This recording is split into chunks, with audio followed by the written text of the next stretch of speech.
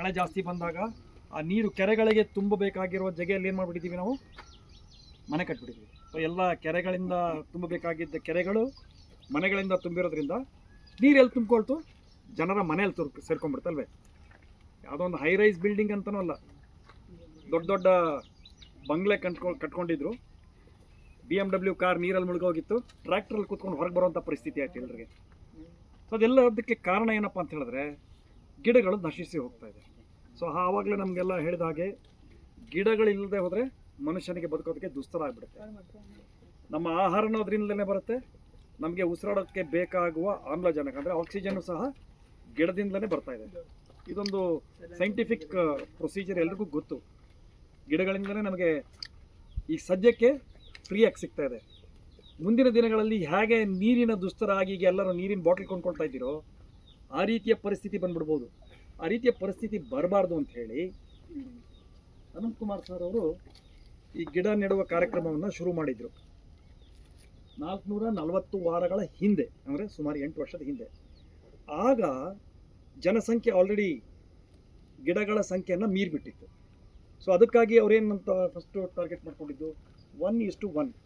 ಕನಿಷ್ಠ ಪಕ್ಷ ಬೆಂಗಳೂರಿನಲ್ಲಿ ಎಷ್ಟು ಜನಸಂಖ್ಯೆ ಇದೆಯೋ ಒಬ್ಬ ಮನುಷ್ಯನಿಗೆ ಒಂದು ಗಿಡ, ಈ ಲೆಕ್ಕದಲ್ಲಿ ನಾವು ಗಿಡ ನೆಡೋ ಕಾರ್ಯಕ್ರಮವನ್ನು ಶುರು ಮಾಡಿದ್ವಿ. ನಿನ್ನೆ ನಾನು ಕ್ಲಾಸಲ್ಲೂ ಹೇಳ್ತಾ ಇದ್ದೆ, ಒಂದು ಮನುಷ್ಯನಿಗೆ ಒಂದು ವರ್ಷದಲ್ಲಿ ಸೈಂಟಿಫಿಕ್ಕಾಗಿ ಕ್ಯಾಲ್ಕುಲೇಷನ್ ಮಾಡಿರೋ ಪ್ರಕಾರ ಬೇಕಾಗುವ ಆಕ್ಸಿಜನ್ನು 700 ಕಿಲೋಗ್ರಾಮ್. ಸೊ 700 ಕಿಲೋಗ್ರಾಮ್ ಬೇಕು ಅಂತ ಹೇಳಿದಾಗ ಒಂದು ಬೆಳೆದು ನಿಂತ ದೊಡ್ಡ ಗಿಡ ಅದು ಒಂದು ವರ್ಷದಲ್ಲಿ 100 ಕಿಲೋಗ್ರಾಮ್ ಆಕ್ಸಿಜನ್ ಕೊಡುತ್ತೆ. ಸೊ ಈ ನಿಟ್ಟಿನಲ್ಲಿ ನಾವು ಲೆಕ್ಕ ಹಾಕಿ ನೋಡಿದ್ರೆ ಒಬ್ಬ ಮನುಷ್ಯನಿಗೆ 7 ಗಿಡ ಇರಬೇಕು, 1:7 ರೇಷಿಯೋ ಬೇಕು. ಈಗ ರೇಷಿಯೋ ಉಲ್ಟಾ ಆಗಿಬಿಟ್ಟಿದೆ. ಬೆಂಗಳೂರಿನಲ್ಲಿ ಸಾಧಾರಣ 1.3 ಕ್ರೋರ್ ಪಾಪ್ಯುಲೇಷನ್ನು, 17-18 ಲಕ್ಷ ಗಿಡಗಳು. ಸೊ ಒಂದು ಗಿಡಕ್ಕೆ ಒಬ್ಬ ಮನುಷ್ಯನ ಬದಲಾಗಿ ಒಂದು ಗಿಡಕ್ಕೆ 8-10 ಜನ ನಾವು ಆಕ್ಸಿಜನ್ಗೋಸ್ಕರ ಅದ್ರ ಕಡೆ ನೋಡ್ತಾ ಇದ್ದೀವಿ. ಸೊ ಕನಿಷ್ಠ ಪಕ್ಷ ನಾವು ಈಗ 1:1 ಅನ್ನುವ ಒಂದು ಟಾರ್ಗೆಟ್ನಿಂದ ಗಿಡ ನೆಡೋ ಕಾರ್ಯಕ್ರಮವನ್ನು ಶುರು ಮಾಡಿದ್ರೆ ಈ ಗಿಡಗಳು ಇವಾಗ ಇಷ್ಟು ಬೇಗ ದೊಡ್ಡದಾಗಲ್ಲ. ಗಿಡ ದೊಡ್ಡದಾಗೋದಕ್ಕೆ ಎಷ್ಟು ವರ್ಷ ಬೇಕು ನಮಗೆ? ಕನಿಷ್ಠ 5-6 ವರ್ಷ ಬೇಕು. ಯಾವುದೇ ಮನುಷ್ಯನಲ್ಲಿಯೇ ಮಗು ಹುಟ್ಟಿದ ಕ್ಷಣವೇ ಅದು ಇಂಡಿಪೆಂಡೆಂಟ್ ಆಗಿರಲ್ಲ ಬಾಕಿ ಪ್ರಾಣಿಗಳಂತೆ. ಆ ಮನುಷ್ಯನಿಗೆ ಹೇಗೆ ಮನುಷ್ಯನ ಮಗುವನ್ನು ಸಾಕಬೇಕು, ದೊಡ್ಡದಾದ್ಮೇಲೆ ಅದು ಅನೇಕ ಕೆಲಸವನ್ನು ಮಾಡೋದಕ್ಕೆ ಯೋಗ್ಯವಾಗುತ್ತೆ. ಅದೇ ರೀತಿಯಾಗಿ ಗಿಡಗಳು ಸಹ ತಮ್ಮಷ್ಟಕ್ಕೆ ತಾವೇ ಸರ್ವೈವ್ ಆಗಬೇಕು ಅಂತ ಹೇಳಿದ್ರೆ ಕನಿಷ್ಠ ಪಕ್ಷ 3 ಮಳೆಗಾಲ ಅಂದರೆ 3 ಸೀಸನ್ಗಳಿಗೆ ನಾವು ಅದನ್ನು ಕಾಪಾಡಬೇಕು. 3 ಸೀಸನ್ಗಳಿಗೆ ನಾವು ಗಿಡಗಳನ್ನು ಕಾಪಾಡಿದರೆ ಮುಂಬರುವ ದಿನಗಳಲ್ಲಿ ಅದರ ಬೇರುಗಳು ಎಷ್ಟು ಬೇಕೋ ಅಷ್ಟು ಒಳಗಡೆ ಹೋಗಿರುತ್ತೆ, ಆ ಗಿಡ ಸರ್ವೈವ್ ಆಗೋದಕ್ಕೆ ಸಾಧ್ಯವಾಗುತ್ತೆ. ಸೊ ಆ ರೀತಿ ಇದ್ದಾಗ ಈ ಏರಿಯಾದಲ್ಲಿ 3 ವರ್ಷಗಳ ಹಿಂದೆ 1,000ಕ್ಕೂ ಹೆಚ್ಚಿನ ಗಿಡಗಳನ್ನು ನೆಟ್ಟಿದ್ದೇವೆ ನಾವು. ಟೋಟಲ್ ಪ್ಲಾಂಟೇಶನ್ ಇದುವರೆಗೂ ಮಾಡಿರೋದು ಈ ಏರಿಯಾದಲ್ಲಿ 3,000ಕ್ಕೂ ಹೆಚ್ಚಿಗೆ ಇದೆ, 3,000ಕ್ಕಿಂತ ಜಾಸ್ತಿ ಇದೆ. ಬೇಸಿಗೆಯಲ್ಲಿ ನೀರಿಲ್ಲದೆ ಹೋದರೆ ಆ ಸಸಿಗಳೆಲ್ಲ ಕಮರಿ ಒಣಗೋಗ್ಬಿಡ್ತಾ ಇತ್ತು. ಸೊ ಹಾಗಾಗಿ ಬೇಸಿಗೆಯಲ್ಲಿ ಮಕ್ಕಳು ಮಾಡಿದ ಕೆಲಸ ಅತ್ಯಂತ ಒಳ್ಳೆ ಕೆಲಸ ಏನಪ್ಪ ಅಂತಂದರೆ, ಅವು ಯಾವ ಸಸಿಗಳು ಕಮರಿ ಹೋಗದಂತೆ ಒಣಗಿ ಹೋಗದಂತೆ ಬಕೆಟಲ್ಲಿ ಎತ್ತಿ ನೀರು ಹಾಕಿದ್ದಾರೆ. ಸೊ ಈಗ ಇವತ್ತು ಒಳ್ಳೆ ದಿನ, ನಿನ್ನೆ ರಾತ್ರಿ ಚೆನ್ನಾಗಿ ಮಳೆ ಬಂದಿದೆ, ಭೂಮಿಯಲ್ಲಿ ತೇವಾಂಶ ಇದೆ. ಸೊ ಈಗ ಅಲ್ಲಿ ಕೆಲವು ಗಿಡಗಳು ನಾವು ಎಷ್ಟೇ ನೀರು ಹಾಕಿದ್ರೂ ಕೆಲವೊಂದು ಗಿಡ ಉಳಿಲಿಲ್ಲ. ಸೊ ಇವತ್ತು ನಮ್ಮ ಕೆಲಸ ಏನಪ್ಪ ಅಂತಂದರೆ, ಹಿಂದೆ ಯಾವೆಲ್ಲ ಗಿಡಗಳು ಹೋಗಿದೆಯೋ ಆ ಗಿಡಗಳನ್ನು ಇವತ್ತು ತಂದಿರುವ ಗಿಡಗಳಿಂದ ರೀಪ್ಲೇಸ್ ಮಾಡೋಣ. ಇದು ಇವತ್ತಿನ ಟಾರ್ಗೆಟ್. ಇನ್ನು ಅದಮ್ಯ ಚೇತನದ ಬಗ್ಗೆ ಹೇಳಬೇಕಂತಂದರೆ ಅನ್ನ, ಅಕ್ಷರ ಮತ್ತು ಆರೋಗ್ಯದ ಬಗ್ಗೆ ಮಾತನಾಡ್ತಾ ಇದ್ದೀವಿ. ಅನ್ನ ಅಂತ ಹೇಳಿದಾಗ ಮನುಷ್ಯನಿಗೆ ಬೆಳೆಯುವ ವಯಸ್ಸಿನಲ್ಲಿ ಸರಿಯಾದ ಆಹಾರ ಸಿಕ್ಕರೆ ಅವನ ದೇಹದ ಮತ್ತು ಭೌತಿಕ ಬೆಳವಣಿಗೆ ಚೆನ್ನಾಗಾಗುತ್ತೆ. ಅವನು ಬೆಳೆಯೋ ಸಮಯದಲ್ಲಿ ಅವನಿಗೆ ಒಳ್ಳೆಯ ಫುಡ್ ಸಿಗಲಿಲ್ಲ ಅಂದರೆ ಅವನ ಜೀವನ ಪರ್ಯಂತ ಅಥ್ಲೆಟಿಕ್ ಬಾಡಿ ಅಥವಾ ಹೆಲ್ದಿ ಬಾಡಿ ಆಗಲ್ಲ. ಅವನು ಸರ್ವೈವ್ ಆಗ್ತಾನೆ, ಆದರೆ ವೀಕ್ ಆಗಿರ್ತಾನೆ. ಸೊ ಅದಕ್ಕಾಗಿ ನಾವೇನು ಮಾಡಿದ್ವಿ, ಮಕ್ಕಳಿಗೆ ಬೆಳೆಯುವ ವಯಸ್ಸಿನಲ್ಲಿ ಒಳ್ಳೆ ಫುಡ್ ಸಿಗಲಿ ಅನ್ನೋ ಒಂದು ಭಾವನೆಯಿಂದ ಅನ್ನದಾನ ಮಾಡಬೇಕು ಅಂತ ಶುರು ಮಾಡಿದ್ವಿ. ಸೊ ಆ ಒಳ್ಳೆ ಪ್ಲ್ಯಾಟ್ಫಾರ್ಮ್ ಯಾವುದು? ಈ ಪ್ಲ್ಯಾಟ್ಫಾರ್ಮ್ನಲ್ಲಿ ಏನಪ್ಪ ಮಾಡ್ತಾಯಿದ್ದೀವಿ ಅಂತಂದರೆ, ಭಾರತ ಸರ್ಕಾರ ಮತ್ತು ಕರ್ನಾಟಕ ಸರ್ಕಾರದವರು ಶುರು ಮಾಡಿದ ಮಧ್ಯಾಹ್ನದ ಭೋಜನ ಮಿಡ್ ಡೇ ಮೀಲ್ ಸ್ಕೀಮ್ ಅಂತ ಶುರು ಮಾಡಿದರು. ಸೊ ಈ ಮಿಡ್ ಡೇ ಮೀಲ್ ಸ್ಕೀಮಿನ ಜೊತೆ ನಾವು ಸಹ ಕೈ ಸೇರಿಸಿ ನಮ್ಮ 4 ಕಿಚನ್ಗಳಿಂದ ದಿನನಿತ್ಯ 2 ಲಕ್ಷಕ್ಕೂ ಹೆಚ್ಚು ಮಕ್ಕಳಿಗೆ ಊಟಕ್ಕೆ ಹಾಕ್ತಾ ಇದ್ದೀವಿ. ಬೆಂಗಳೂರಿನಲ್ಲೊಂದು ಅಡುಗೆ ಮನೆ ಇದೆ, ಹುಬ್ಬಳ್ಳಿಯಲ್ಲಿದೆ, ಕಲಬುರಗಿಯಲ್ಲಿದೆ ಮತ್ತು 4ನೇದು ಜೋಧ್ಪುರದಲ್ಲಿದೆ. ಇದರೊಟ್ಟಿಗೆ ನಾವು ಮತ್ತೊಂದು ಏನಪ್ಪ ಮಾಡ್ತಾ ಇದ್ದೀವಿ ಅಂತಂದರೆ, ನಾವು ದಿನನಿತ್ಯ ಬಳಸ್ತಾ ಇರುವ ವಸ್ತುಗಳಲ್ಲಿ ಅನೇಕ ವಸ್ತುಗಳನ್ನು ಒನ್ ಟೈಮ್ ಯೂಸ್ ಮಾಡಿ ಪ್ಲಾಸ್ಟಿಕ್ಕನ್ನು ನಾವು ಬಿಸಾಡ್ಬಿಡ್ತೀವಿ. ಪ್ಲಾಸ್ಟಿಕ್ಕಿನ ಒಂದು ಕೆಟ್ಟ ಪರಿಣಾಮ ಏನಪ್ಪ ಅಂತ ಹೇಳಿದ್ರೆ, ಪ್ಲಾಸ್ಟಿಕ್ಕು ನೆಲಕ್ಕೆ ಸೇರಿಬಿಡ್ತು ಅಂತಂದರೆ ಅದು ಆ ಮಣ್ಣಿನ ಸತ್ವವನ್ನು ಹಾಳು ಮಾಡಿಬಿಡುತ್ತೆ. ನೀರು ಭೂಮಿಯ ಒಳಗಡೆ ಹೋಗದೇ ಇರೋ ಥರ ಒಂದು ಪರದೆ ಥರ ಆಗಿಬಿಡುತ್ತೆ. ನೀರೇನಾಗುತ್ತೆ, ಹರಿದಿಲ್ಲೋ ಚರಂಡಿಗೆ ಹೋಗ್ಬಿಡುತ್ತೆ ಅಥವಾ ಹರಿದು ಎಲ್ಲೋ ಹೋಗ್ಬಿಡುತ್ತೆ. ಕೊನೆಗೆಲ್ಲಿ ಹೋಗ್ತಾ ಇದೆ ಎಲ್ಲ ನೀರು? ಸಮುದ್ರಕ್ಕೆ ಹೋಗ್ಬಿಡ್ತಾ ಇದೆ. ಸಮುದ್ರಕ್ಕೆ ಹೋದ್ಮೇಲೆ ನಮ್ಗೆ ಯಾವುದೂ ಉಪಯೋಗ ಇಲ್ಲ. ಸೊ ಮಳೆ ಬಿದ್ದ ನೀರು ಭೂಮಿ ಒಳಗಡೆ ಹೋಗಬೇಕು ಅಂತ ಹೇಳಿದ್ರೆ ಭೂಮಿಯಲ್ಲಿ ಪ್ಲಾಸ್ಟಿಕ್ ಇರದಂತೆ ನೋಡ್ಕೋಬೇಕು. ಪ್ಲಾಸ್ಟಿಕ್ ಇರದಂತೆ ನೋಡ್ಕೋಬೇಕು ಅಂತ ಹೇಳಿದಾಗ, ಈಗ ಮಾಡಿರೋ ಸ್ಟಡಿ ಪ್ರಕಾರ 100 ಕಿಲೋಗ್ರಾಮ್ ನಾವು ಪ್ಲಾಸ್ಟಿಕ್ಕನ್ನು ಉತ್ಪಾದನೆ ಮಾಡಿದರೆ ಕೇವಲ 4 ಕಿಲೋಗ್ರಾಮ್ ಮಾತ್ರ ರೀಸೈಕಲ್ಗೆ ಹೋಗ್ತಾ ಇದೆ. ಇನ್ನು 96 ಕಿಲೋ ಎಲ್ಲಿ ಹೋಗ್ತಾ ಇದೆ? ಎಲ್ಲೋ ಅಲ್ಲಿ ಇಲ್ಲಿ ಎಲ್ಲ ಹರಡಿ ಕಸ ಆಗ್ತಾ ಇದೆ. ಒಂದಂದರೆ ಇಲ್ಲ ನಾವು ಪ್ಲಾಸ್ಟಿಕ್ಕನ್ನು ಕಲೆಕ್ಟ್ ಮಾಡುವ ಎಫಿಷಿಯನ್ಸಿ ಜಾಸ್ತಿ ಮಾಡಬೇಕು, ಇಲ್ಲ ಎರಡನೇದೇನಪ್ಪ ಅಂದರೆ ಪ್ಲಾಸ್ಟಿಕ್ಕಿನ ಬಳಕೆಯನ್ನೇ ಕಡಿಮೆ ಮಾಡಬೇಕು. ಪ್ಲಾಸ್ಟಿಕ್ಕಿನ ಬಳಕೆ ಕಡಿಮೆ ಮಾಡೋದು ತುಂಬ ಇಮಿಡಿಯೇಟ್ಲಿ ಆಗದೇ ಇರ್ಬೋದು, ಆದರೆ ನಮ್ಮ ಸಣ್ಣ ಪ್ರಯತ್ನವನ್ನು ಶುರು ಮಾಡಿದ್ದೇವೆ. ಏನು ಮಾಡ್ತಾ ಇದ್ದೇವೆ ನಾವು? ಅದಮ್ಯ ಚೇತನದ ಕಿಚನ್ನಲ್ಲಿ 10,000 ಪ್ಲೇಟ್ಗಳ ಒಂದು ದಾಸ್ತಾನಿದೆ. ದಾಸ್ತಾನು ಅಂತಂದರೆ ಬ್ಯಾಂಕ್. ಅದರಲ್ಲಿ 10,000 ಪ್ಲೇಟು, 10,000 ಬಟ್ಲು, 10,000 ಲೋಟಗಳು, 10,000 ಚಮಚೆ.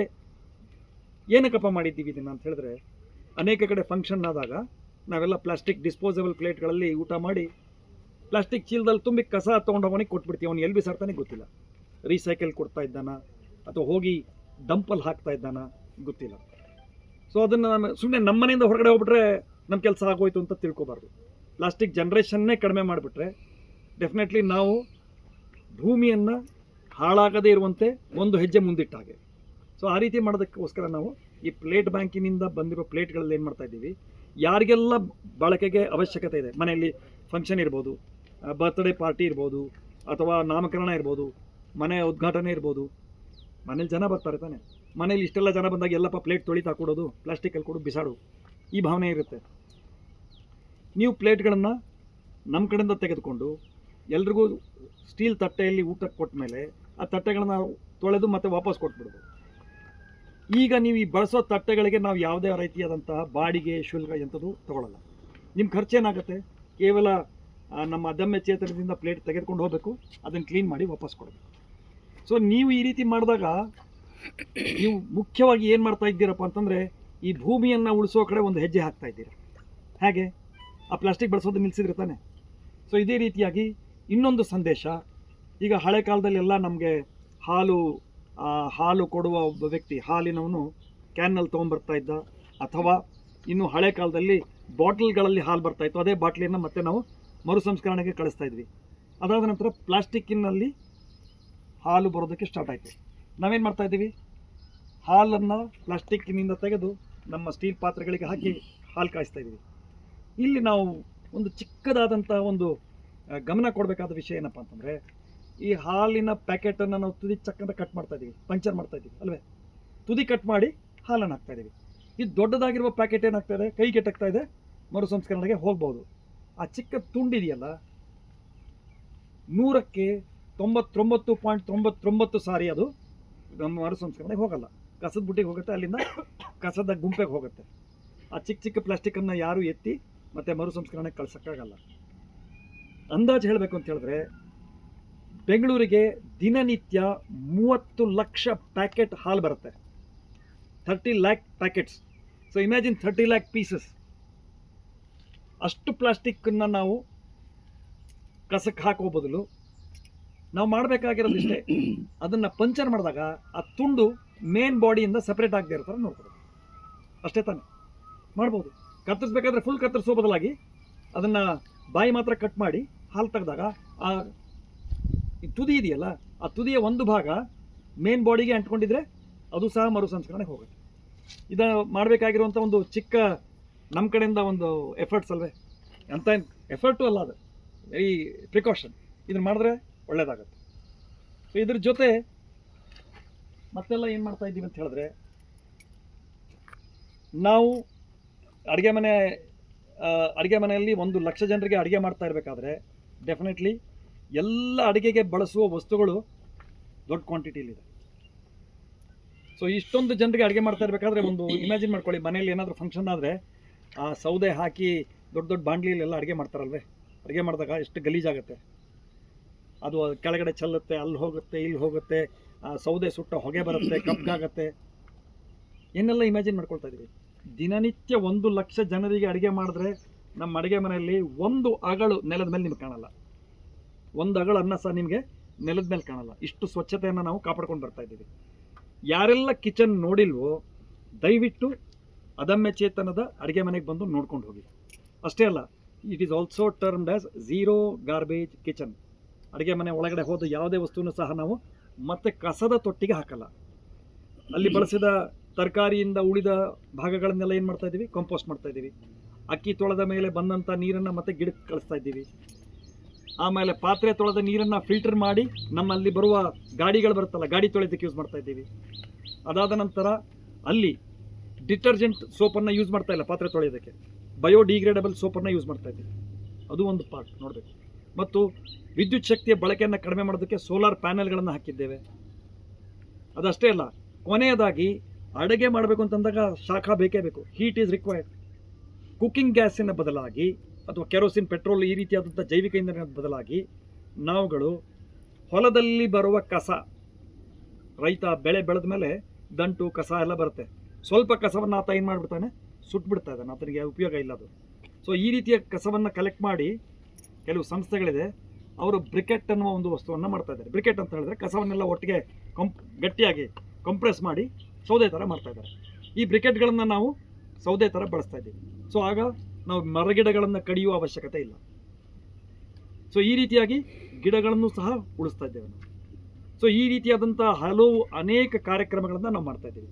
ಸೊ ಇವತ್ತು ನಿಮಗೆ ಕೊಡುವ ಸಂದೇಶ ಏನಪ್ಪ ಅಂತಂದರೆ, ಗಿಡ ಹಚ್ಚೋದು ಒಂದು, ಆದರೆ ಇವತ್ತು ನೀವು ಕಲಿತಂಥ ಒಂದೆರಡು ಮಾತುಗಳನ್ನು ದಯವಿಟ್ಟು ಅವುಗಳ ನೀವು ರೆಪ್ರೆಸೆಂಟೇಟಿವ್ಸ್ ಆಗಿ ಅಥವಾ ಸಂದೇಶ ವಾಹಕರಾಗಿ ಆ್ಯಸ್ ಮೆಸೆಂಜರ್ಸ್ ಈ ಮೆಸೇಜನ್ನು ನೀವು ಬಾಕಿ ನಿಮ್ಮ ಗ್ರೂಪಿನಲ್ಲಿರುವ ಎಲ್ಲ ಜನರಿಗೆ, ನಿಮ್ಮ ಬಳಗದಲ್ಲಿ, ನಿಮ್ಮ ಕ್ಲಾಸ್ಮೇಟ್ಸಲ್ಲಿ, ನಿಮ್ಮ ಫ್ರೆಂಡ್ ಸರ್ಕಲಲ್ಲಿ ಸ್ಪ್ರೆಡ್ ಮಾಡಿ. ಇದು ನಮ್ಮ ರಿಕ್ವೆಸ್ಟ್. ಸೊ ಇವಾಗ ಗಿಡ 25 ಗಿಡ ಇದೆ.